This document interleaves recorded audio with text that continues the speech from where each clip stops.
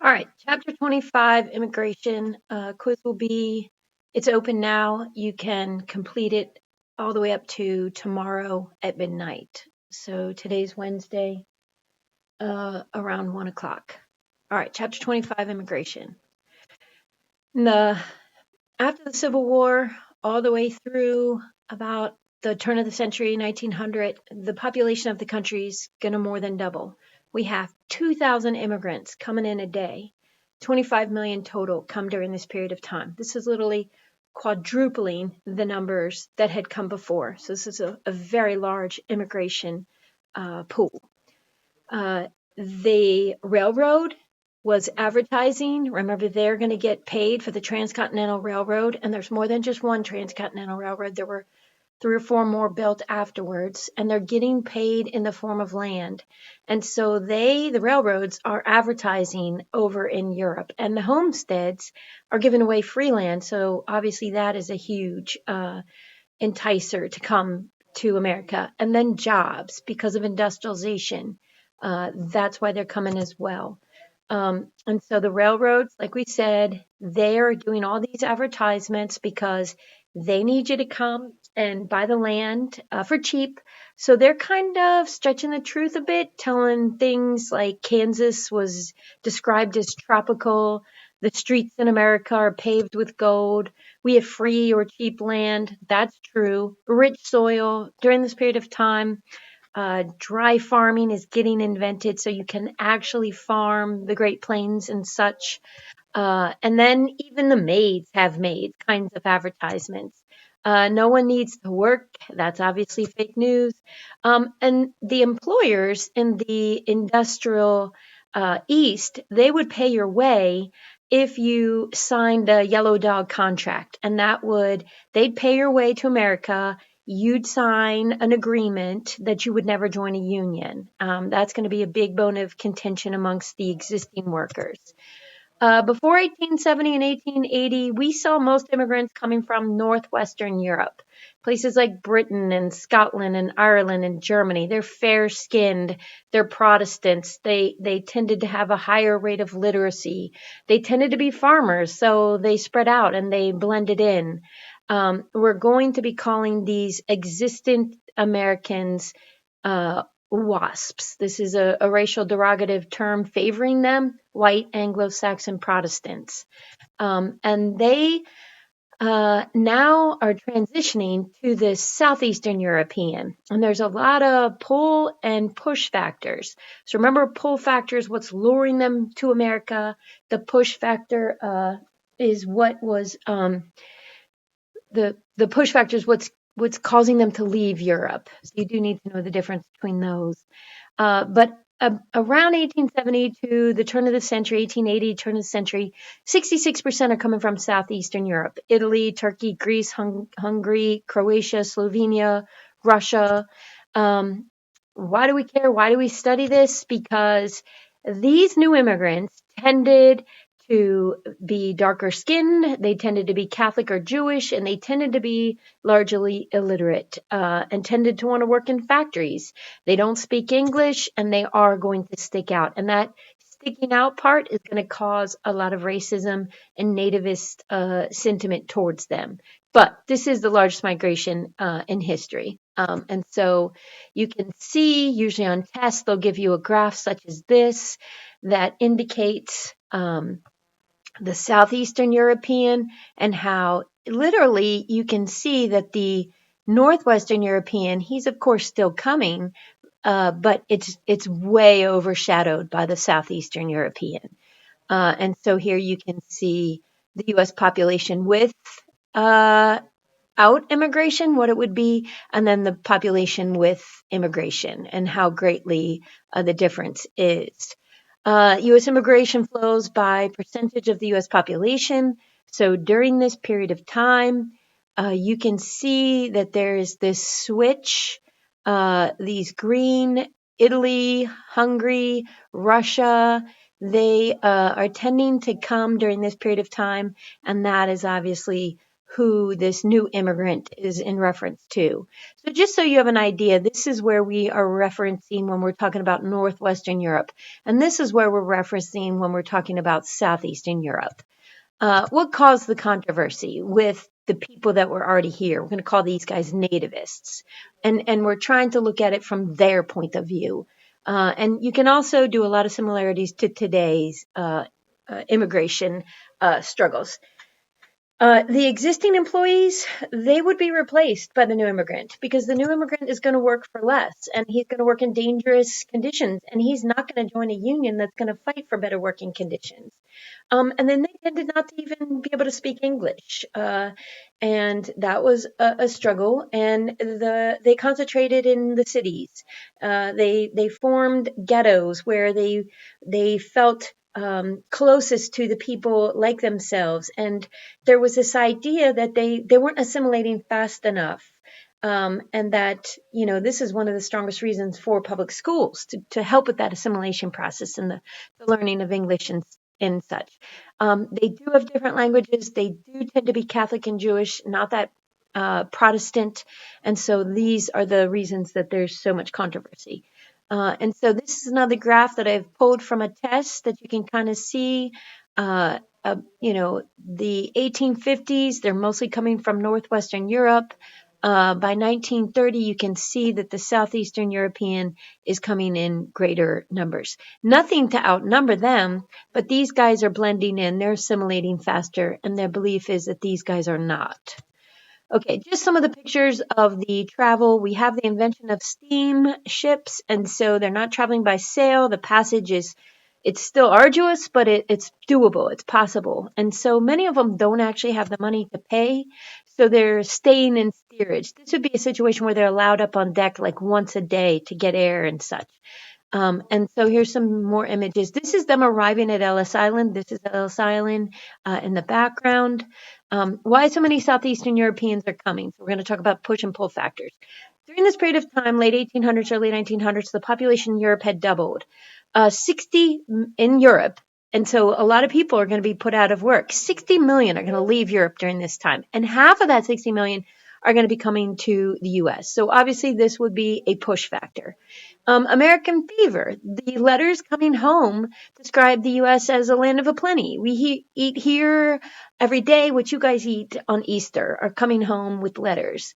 And we have canned foods and cowboy beef thanks to the Longhorns and the movement of the cowboy to the railroads to ship the beef back east where the market for it was. So American fever would definitely be a pull factor. Military conscription.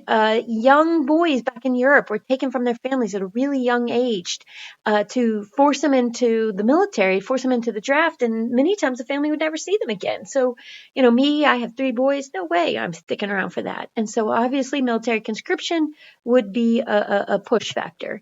And then there's religious persecution, especially amongst the Jewish populations. Some places such as Russia were setting up pogroms where they were forcing the Jewish population to all live in certain areas. And this kind of discrimination would be, not conducive to how you want to live. And so this would definitely be a push factor. Political persecution, especially with the Germans and the Italians. There's a unification of Germany and Italy during this period of time. And if you're of the population you're of the political orientation of a population that's been pushed out, you're a minority now, and there's a lot of discrimination against you. And so political persecution would definitely be another push factor. Birds of passage, these are people who thought, okay, this American fever idea, I'll leave my family behind, I will make a huge amount of money, and then I will come home. The Chinese are going to be most successful at this because they're going to have to be. We're going to exclude them in the Chinese Exclusion Act. A lot of birds of passage, they came with the intent of not, of going home, but then they didn't. They didn't return. And so, you have situations where they came to America, they had a family and a wife they left behind, and then they fell in love over here, and then they actually have two families. My husband's family had a situation like that that we didn't even find out about until probably a decade ago. He came to America and fell in love, and he had left another family in Italy behind. And so obviously, some birds of passage, 25% of those who came intended for birds of passage. Sometimes they were successful at it because they had to be like the Chinese, and other times they intended it, but then it didn't pan out. They ended up staying. And obviously, bird of passage, uh, a push or a pull factor. It's kind of a pull factor. Okay, and then the farms of Europe. They've been overused and overfarmed century after century, and so they're depleted. And so this is definitely a push factor. All right. Arriving on the West Coast because of its close proximity to Asia is the Chinese and the Japanese. And they are arriving about 200,000 Chinese coming to America between 1851 and 1883. They had originally come for the gold rush, but the gold rush was over by the time they had arrived. And what ends up happening is there's a lot of racism of existing Americans towards them. And it's kind of like that economy stupid mentality. It's because they would work for less and they took jobs where they then replaced the nativists and the different looks and the different language. And they tended to work harder as well and replaced a lot of nativists. And so there was a lot of racism on the West Coast of Asian Americans. Many violent acts towards them. There's some stuff in the news today about calling it the COVID-19, the coronavirus. Well, some are calling it the Chinese virus because of its original, place where it started, and that's causing a lot of Asian racism and Asian comments, and that tick up of Asian violence in America because of this. Isn't right, but it definitely has its roots from back in this period of time. Late 18, early 1900s, some of the most violent episodes of racism occurred on the West Coast towards the Asians. And so about 1880, California had about 75,000 new Asian population, about 9% of the population. There's something of a push factor that happened in China called the Taiping Rebellion. And the British are going to lose in the Opium Wars, and the leader is on his deathbed. The Chinese leader is on his deathbed, and he thinks he's dying, and this Christian missionary comes in and converts him from Buddhism to Christianity, like on his deathbed, and then he survives. So he's convinced that he's got to convert everyone once he survives as the Chinese leader to Christianity. And it's like this internal civil war, and 20 million in the Taiping Rebellion are going to be killed. Like, compare that to our Civil War, where we had 618,000 dead. That's like tremendous. And so if you were trying to avoid this civil war, this Taiping Rebellion, you'd actually come to a place where they had freedom of religion.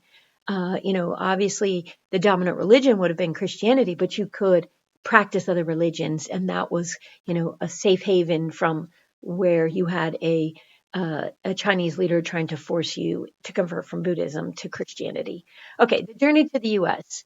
Before the Civil War, all immigrants came by sail. Now, after war, most all come by steamboat.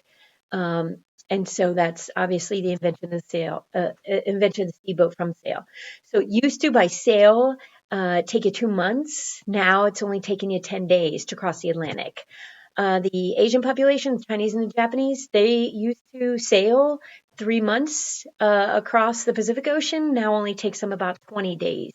The steam ships headed to America, and they're mostly picking up goods. So they want to make both ways profitable. So they'll pick up goods in America and they'll ship them to the world. We're producing like a quarter of the world's goods. We are industrializing by leaps and bounds. U.S. is making 30% of goods brought in Europe. And so to make a profit, they're going to carry passengers to America. So the ship isn't intended for passengers, it's intended for cargo. So just remember that is going to create quite an uncomfortable experience. They traveled most of the time in steerage because that's where it was cheapest. In the belly of the ship with the cargo, they're below the water line. That's going to cause a lot of upset stomachs and nausea and vomiting and such. There's no ventilation. There's no light. They got about 6 toilets per 100 passengers, so you can imagine all the disease that's going to spread rampantly. It's dark, it's stormy, it's dirty, it's rat infested. So a lot of them are going to get sick aboard the ship. Maybe once a day they'd allow them on deck for some fresh air.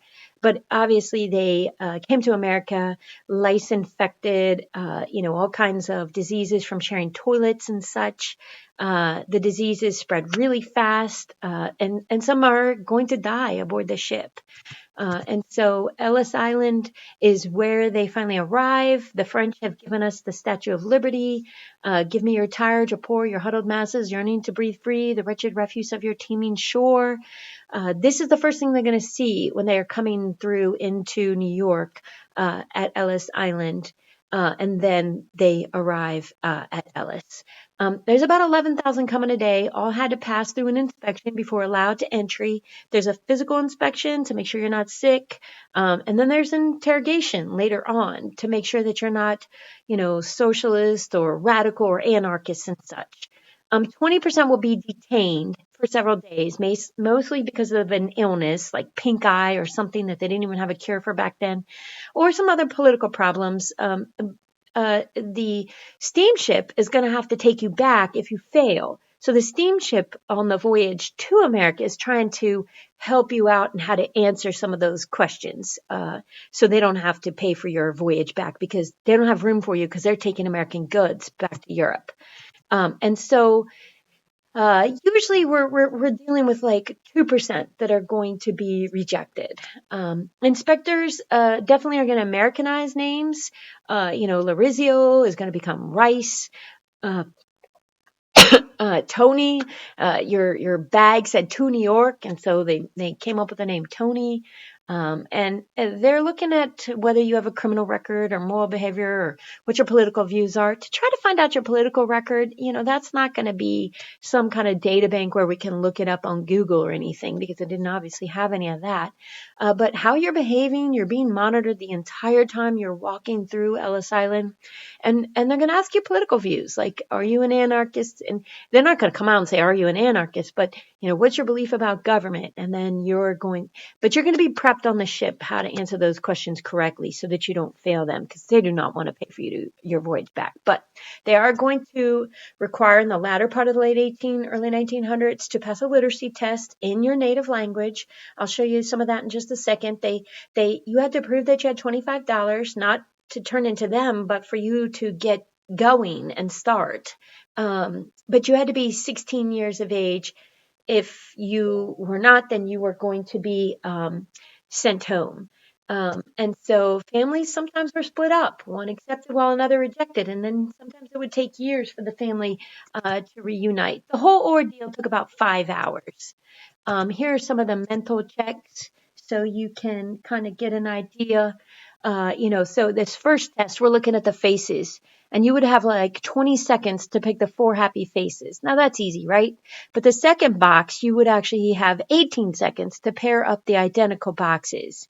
And if we were in school, I'd be giving you this test. I'd be timing you. Most of you would fail it because you're like stressed out about it. And that's the intent. Now, like I said, only 2% are going to fail and not be able to pass, but they're checking for your mental competency. And if that seems to be an issue, then they could be sending you back. Especially if you didn't have anyone to care for you. But this kind of shows you, total immigration in this country by the decades. And so obviously, during this period of time, you can see that this is what we're referencing, this period of time, and it's greatly accelerated because of all those reasons we've already talked about. Now, if you're coming on the West Coast, you're not coming to Ellis Island, obviously. You're coming to Angel Island. This is in San Francisco Bay. There's two islands in San Francisco Bay, Alcatraz and Angel Island, and both are museums today that you can actually visit. But Angel Island is an immigration station on the West Coast in San Francisco Bay, and this is primarily where the Chinese are going to arrive. 50,000 Chinese arriving here, and the questions are harsher. The detaining is longer, and they are not treated as well. They're confined like prisoners, and conditions are so bad that there's even a riot in 1919. One of the cells where they held Chinese said, "Everyone says traveling to America is a pleasure. I suffered misery on the ship, sadness in the building, and after several interrogations, still I am not done." So you can see the frustration of this Chinese immigrant in his holding cell at Angel Island. These are just some pictures of Angel Island and the interrogation. This is actually the physical that they're going to have to go through to make sure that they are healthy and not disease carrying, because obviously we don't want to spread the disease to America. And so this is checking for pink eye. He has a hook. You can't see it, but he has a hook and he's poking the hook into the eye to make sure you don't have pink eye. Because pink eye was really, really contagious back then, and there was no antibiotic for it like we have now. And so it would really, really cause major mayhem if we let you in with that. So they would just detain you and until you got better, usually. All right. Well, most of the immigrants don't want to don't want to be outside of their comfort zone. So they tend to stick together in the cities, and they don't have a lot of money to make it out to the homesteads or to make it out on the Transcontinental Railroad to get, some of that cheap or free land. So they tend to settle in the ghettos. They're confused. They're anxious. This is a different culture. There's different religions. There could be a nightmare finding a job, a place to live, and food. This is the reason you need $25. And there were a lot of schemesters who would, take advantage of you once you, arrived on the shores of New York after Ellis Island. And they tried to prevent this as much as possible, but, they'd say, "Oh, you give me your $25. I knew you had $25. I'll go find you a job. I'll go find you a place to live." And then boom, that guy was gone and he took off with your money.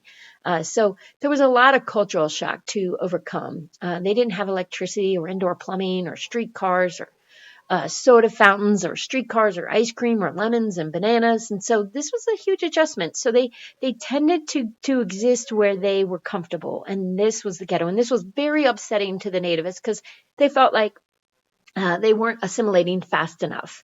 They were moving out to the suburbs because of the transportation in the city, and the ghettos were in the inner city, but in order to get to work, they would pass by these ghettos, and these conditions were awful, and they seemed very visible, and they seemed to be, not assimilating fast enough in the nativist eyes. And so there becomes this huge bone of contention about it.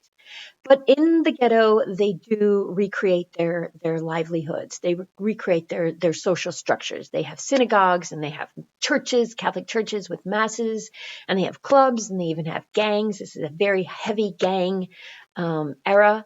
And they even have newspapers from their homeland in their native languages. So they aren't going to learn English as fast as they had to, because obviously they don't have to if they're safe in the ghetto. And they consider themselves hyphenated Americans, like Chinese Americans or Polish Americans or Italian Americans. And obviously the average income was really bad in the inner cities in these factory jobs, about $400,000 to $500,000 a year, well below the 600 mark considered what is a living wage. So multiple people in the house are going to have to work. There's no minimum wage yet. They on average are making about 8 cents an hour, 12 hours a day, 6 days a week, no max hour overtime or anything laws like that exist yet. The average American worker, he's making about $13 per week for 59 hours of work. I mean, this is like slave labor. Any breakage or slowdown on the machinery, they deducted it from your pay. If this was the case, this is why the Ford plant is going to be so lucrative. But only 45% are going to earn above a $500 a year paycheck. I'm going to stop here so we cut this in two parts. This movie isn't too long.